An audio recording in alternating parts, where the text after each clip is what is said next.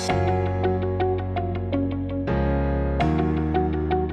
guys, welcome back to the channel. Today we're going to be solving LeetCode 62 unique paths. It's marked as a medium, but to be honest, I think this is actually kind of difficult, but once you get the hang of it, it's kind of easy. Okay, so question, feel free to pause it to read through the problem, but it's kind of like self-explanatory, to be honest. It says you're going to be given two numbers, m and n.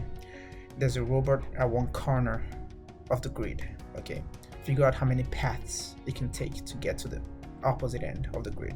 Okay, figure out how many paths. So obviously, looking at this, we know that if either m or n is 0, so if say we were given m equals 0 or n equals 0, so obviously we can't have a 2 by 0 grid.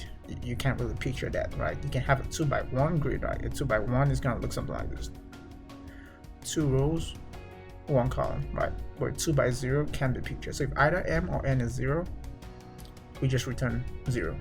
Okay, but however, it's asking how many unique paths there are. So let's get straight to it. So I'm gonna code it in here before I transfer it to LeetCode. Okay, I'm gonna define my function def. I'm gonna call it unique. Let me see what LeetCode calls it. So I just call this thing.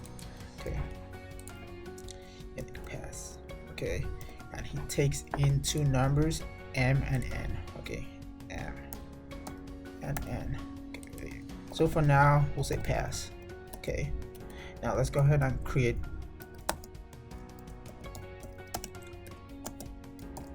our block of code to call this. So I'm gonna say, for instance, what example did they use at first? So they use m equals 3 and n equals 7. Okay, let's start with that.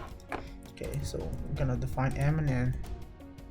Okay, and then we're gonna call it. So I'm gonna print the unique paths. Okay, so when I see this, I think of a graph problem or some kind of grid problem, because this is a grid. Okay, so we know, so we can write our first if statement to check for errors. So if I'll put this in brackets, if m equal 0 or n equal 0, okay, what do we want to return? We want to return 0, because there's no unique path, right? We can't picture a grid with 0 by 0 grid or 1 by 0. That can't be pictured. Okay, so that just checks this. So okay, so now the main meat and potatoes of the code. If m equal 1, okay, this is the base case, and again, I'm thinking recursive for this. Okay, anytime you think of recursive, you have to figure out a base case. And again, to go back, if m and n equal 1, okay, so m equals 1, n equals 1. Guess what a 1 by 1 grid is this?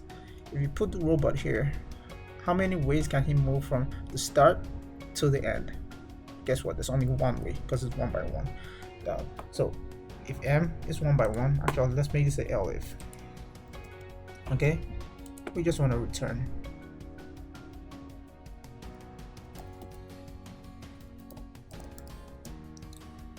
1. All right, that's simple.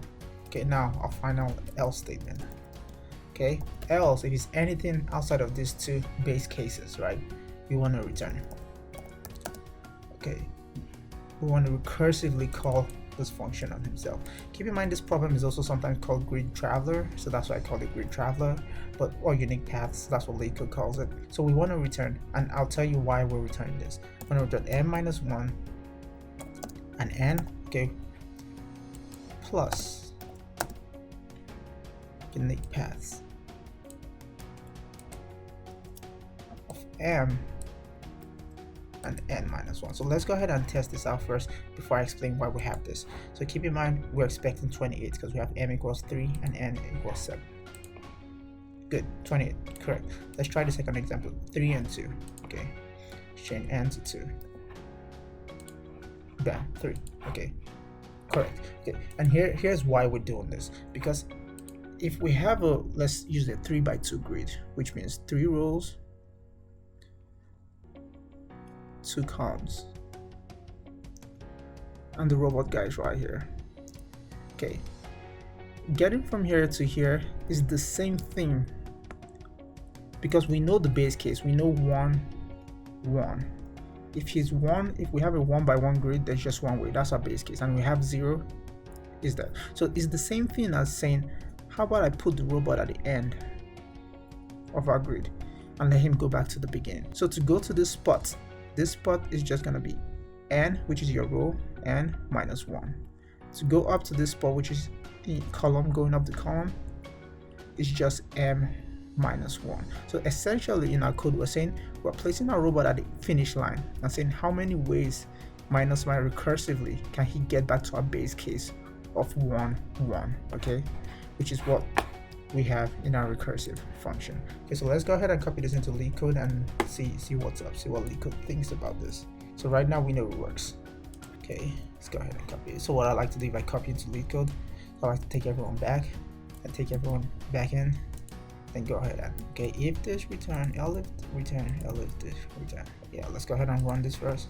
Oh, it says unique paths is not defined. Oh, okay. It's because if we call a function in himself in a class, we need our self dot keyword. Okay, then we need it here too. Okay, now it should be fine. So let's see. Okay, accepted. Now let's go ahead and submit it and see what happens. Okay, see, this solution is correct. However, he times out. Let's see why he times out. He times out when we have a last executed input 2012. Okay, so let's see details of why he timed out. Okay, he timed out because we got a 23 and 12, and to recursively go from 12 and 23 is just so huge. LeetCode times out. It just takes so long. So we have to apply principles of dynamic programming to this. So in fact, it's called memoization. To memorize, okay, what we do is, I'm going to take us back here. To memorize, I'm going to create a new function where I memorize this guy. Okay, I'm going to call him unique paths 2. Okay, and I'm just going to call him down here too. Unique paths 2. Okay, so to memorize, what we need to do is we need to create an empty dictionary and pass him in here.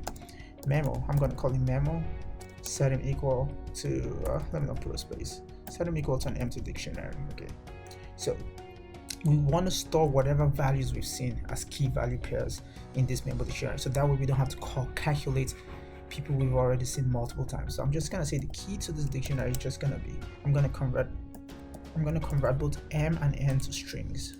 So strm. Okay, well, what am I gonna do with him? I'm gonna add to it plus.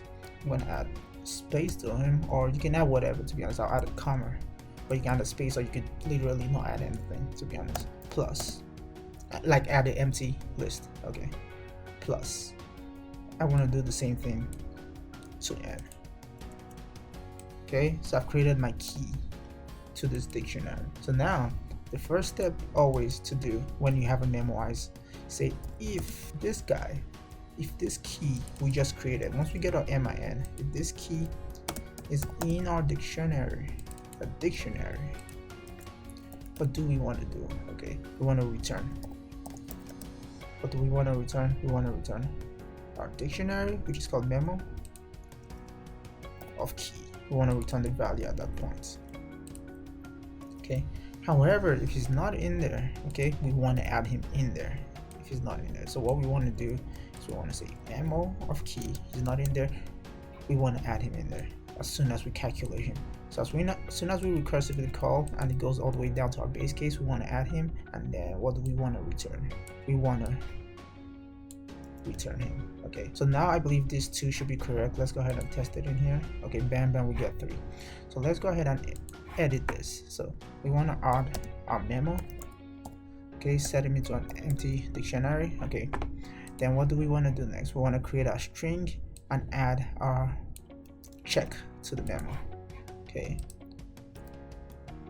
just gonna copy and paste. Okay, we're creating our string here, adding our check. If we find him, we're returning. Okay, then last, what do we want to do?